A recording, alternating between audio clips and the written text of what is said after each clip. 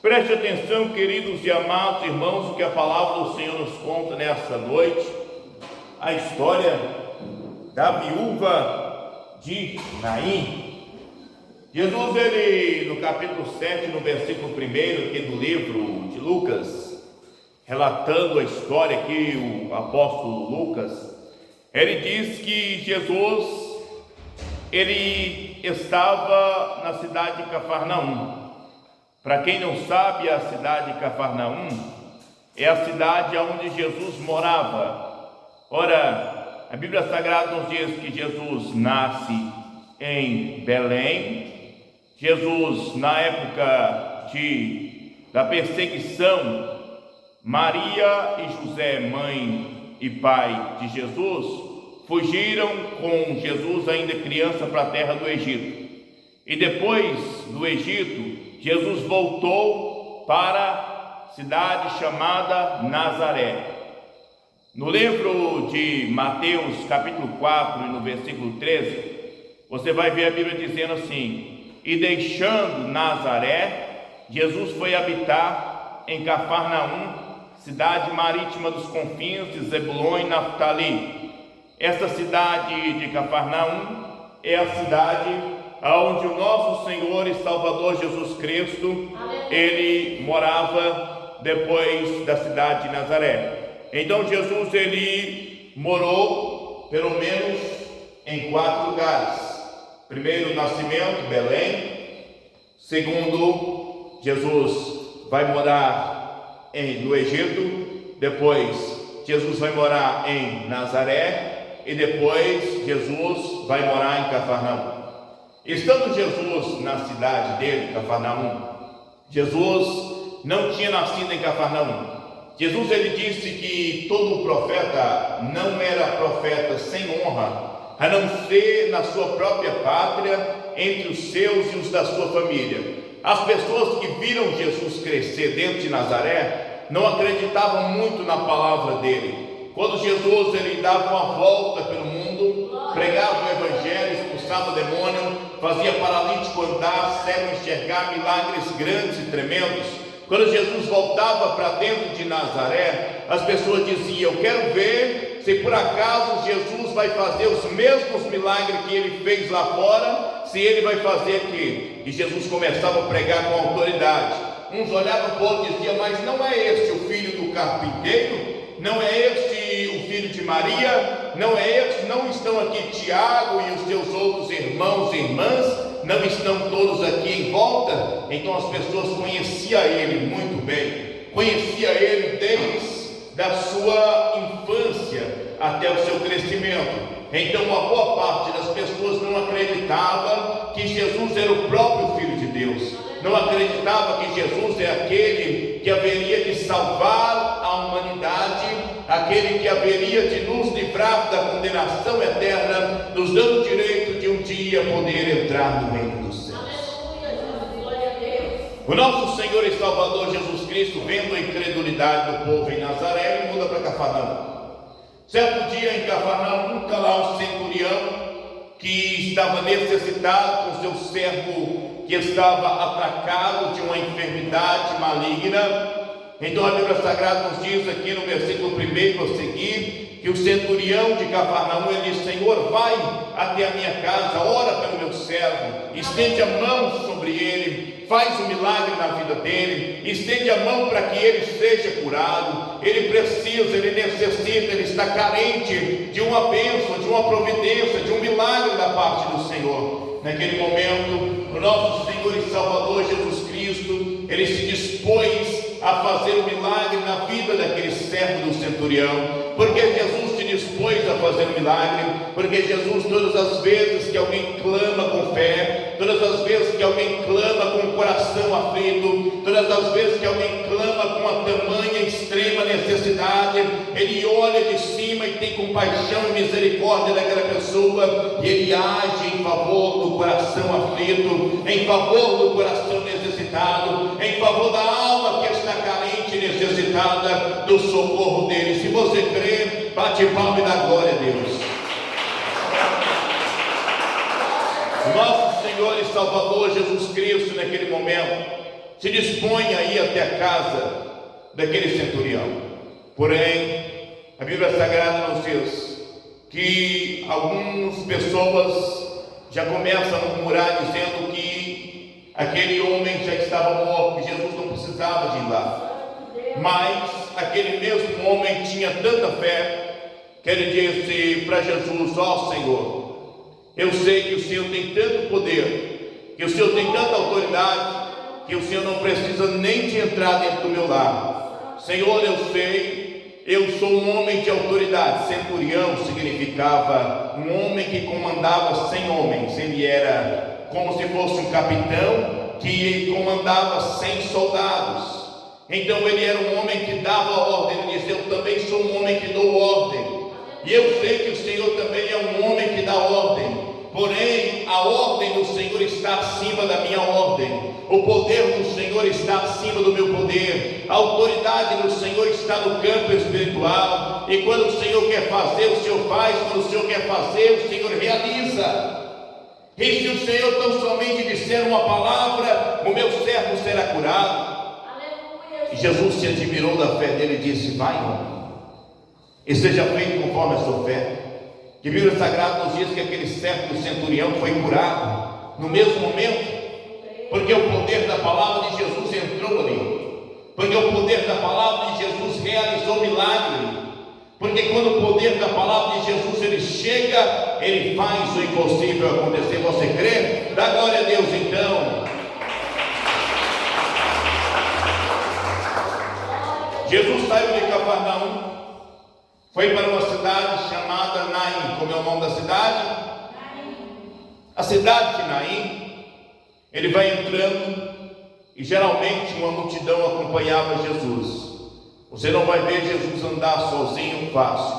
Quando Jesus queria escapulir para o deserto, dava trabalho. Às vezes ele sumia, desaparecia no meio deles e ia para o monte dobrar o joelho e orar. E clamava a Deus pela madrugada no monte.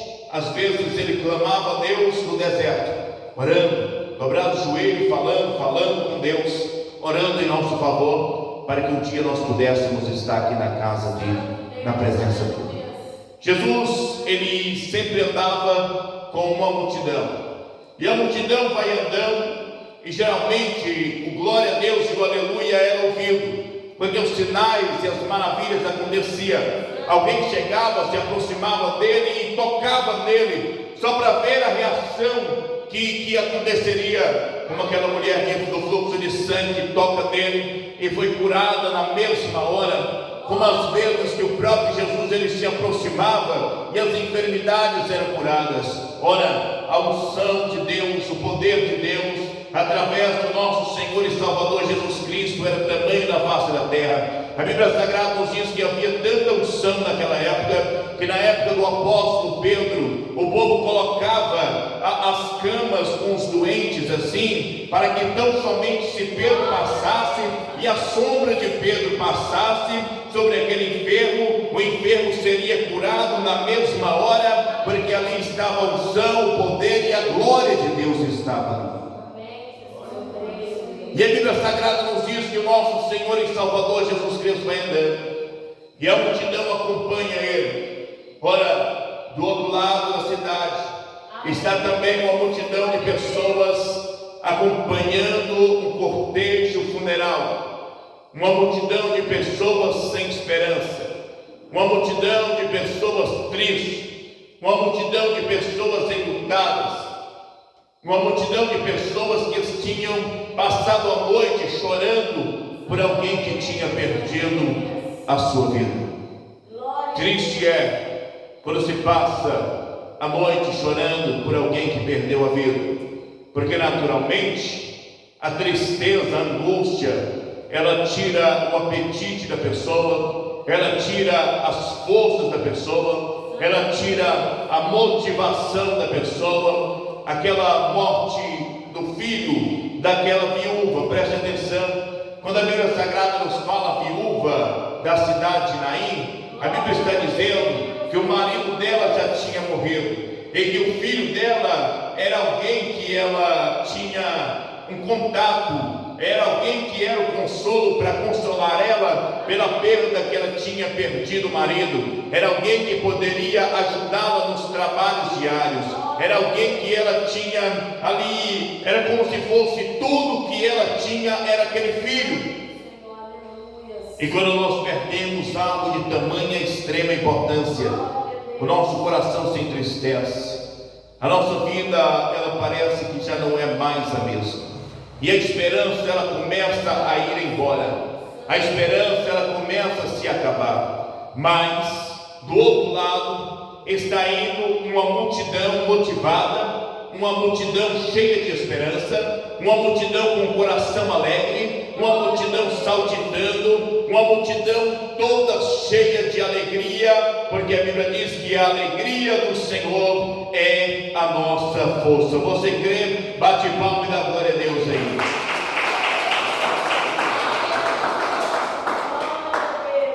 Porque o mundo é assim, meus queridos e amados. Há momentos que nós estamos tão alegres, tão felizes, contentes por algo que alcançamos. No mesmo momento que a gente está sorrindo, tem alguém do lado que está triste. Mas aquele alguém que está triste, o dia de amanhã também estará sorrindo. E pode ser que estejamos também chorando. A nossa vida é cheia de altos e baixos. A nossa vida, ela tem momentos de um auge, de uma alegria tremenda, e de repente, de um dia para o outro, a tristeza, ela vem, ela bate, ela quer cortar a nossa alma, quer nos destruir. A tristeza quer nos abater, quer nos abalar. Mas não adianta queremos pensar em colocar um fim na nossa vida por causa disso. Não adianta nós queremos pensar que dando fim na nossa vida vai resolver esse problema. Não. O que resolve o problema é a multidão da tristeza se encontrar com a multidão da alegria. Presta atenção o que eu quero te dizer. Quando a multidão que vai com Jesus vê uma multidão vindo chorando, e aquele alarido de glória a Deus e de aleluia daqui, e as vozes de choro e de lágrimas do outro lado, vai ter um choque, vai ter um contato diferenciado. Jesus, ele vendo as lágrimas das pessoas, o coração dele se comove. Você vai ver no livro de João, capítulo de número 11. A Bíblia diz, o versículo mais pequeno da Bíblia: Jesus chorou. A Bíblia Sagrada nos diz que quando Lázaro, que era um dos amigos de Jesus, ele morreu, e a família de Jesus, de Lázaro, estava chorando, triste, amargurada. Naquele momento, nosso Senhor e Salvador Jesus Cristo chorou. Ele não chorou porque Lázaro tinha morrido, ele chorou porque ele viu a tristeza do seu povo.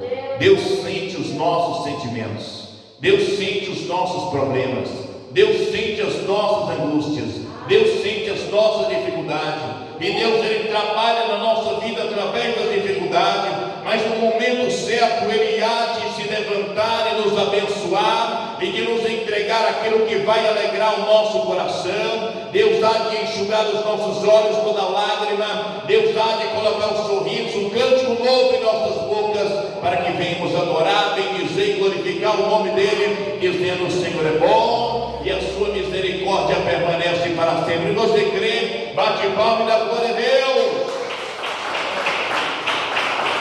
Cadê a glória a Deus da igreja?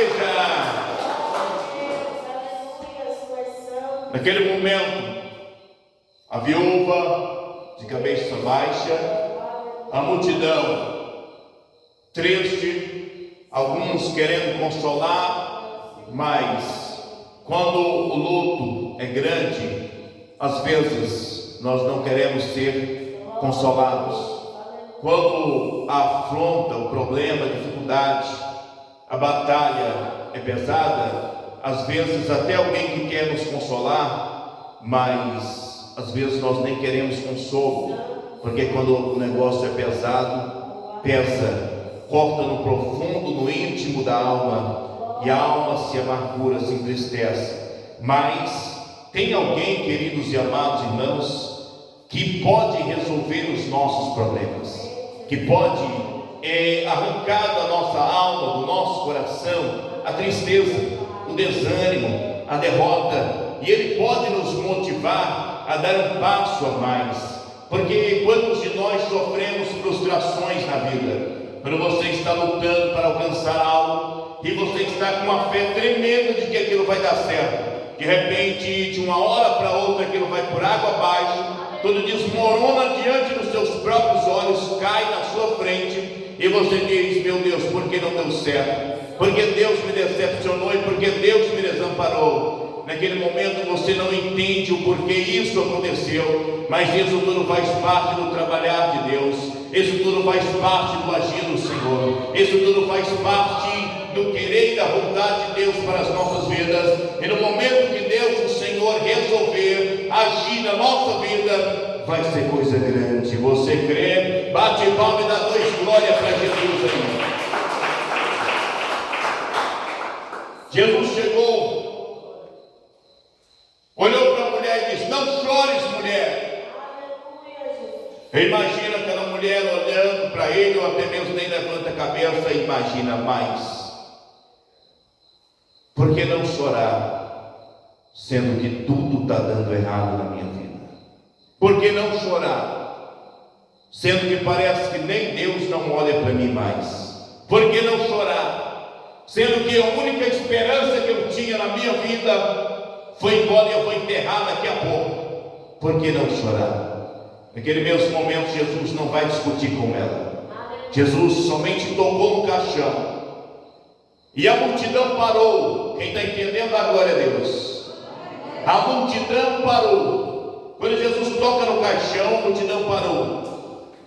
A multidão que ia com Jesus daqui para lá, e a multidão que vem de lá para cá parou.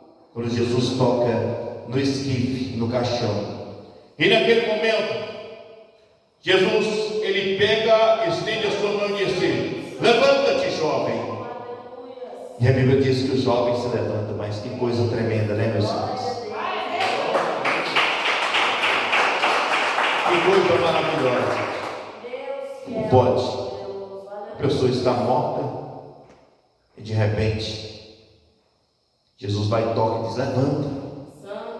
Porque aquele que é o dono da vida, é Ele que dá a vida, né? Aquele que assoprou sobre as narinas de Adão o fôlego de vida, Ele é o dono da vida. Você crê na glória a Deus? Lembro que na época do missionário Davi Miranda, você vai ver isso aí tem no YouTube. Na época do missionário Davi Miranda, um jovem que morreu dentro da sede mundial, e o missionário ainda dizia assim: vocês creem que o morto ressuscita? Analisa aí, verifica o pulso dele, ver se está batendo, tem médico aí, analisa, para ver se ainda tem vida nele aí. E aí o povo foi conferir, e realmente o rapaz estava morto. E naquele momento, quando o missionário e a igreja orou, aquele jovem começou a se debater, e se levantou, ressuscitado e com vida para a glória de Deus. Bate palma da glória a Deus. Naquele momento, a Bíblia Sagrada nos diz que Jesus, ele pega o menino, se levanta no caixão. Imagina você está no velório e de repente alguém levanta no caixão. Acredito que um monte de gente saía correndo. Sai, que o povo tem medo. Naquele momento, quando o jovem se levanta, a multidão fica atônita. Meu Deus do céu, mas que homem é esse? A Bíblia Sagrada nos diz que Jesus não vai acrescentar muitas palavras. Ele não somente disse: desce daí, meu filho, o caixão não é seu lugar, eu estou te chamando para a vida. A morte queria te levar, mas eu vim para que você venha ter vida e vida com abundância. Levanta. O jovem, ele desce dali no caixão. Jesus pega na mão do jovem e diz: está aqui, mãe, eis aqui o teu filho, que a morte queria levar, mas eu trago a vida e entrego ele na palma das suas mãos. Você crê? Bate palma e dá glória a Deus. Porque assim é que Jesus faz com aquele que crê nele. Jesus entrega na palma da mão do servo e da serva do Senhor aquilo que o inimigo queria roubar de você. Não deixe a sua esperança ir embora. Batalha, luta. O dia de amanhã vai dar tudo certo, minha irmã e meu irmão. Continua sonhando, continua confiando, continua acreditando. Não pense em dar fim na sua vida. Pense que a sua vida há de prolongar muito e você vai alcançar grandes vitórias. No dia de amanhã será melhor do que o dia de hoje. Porque se você plantar hoje assim que você tem fé e plantar hoje, no dia de amanhã você vai colher. Continua batalhando, continua com fé. O dono da vida está aqui e Ele está contigo para te ajudar. Ele está do seu lado para caminhar com você. Ele está do seu lado para te ajudar no momento da fraqueza, no momento da angústia, no momento da solidão. Ele é o seu amigo, é o seu companheiro, Ele é o seu melhor amigo. Bate palma e dá glória a Ele.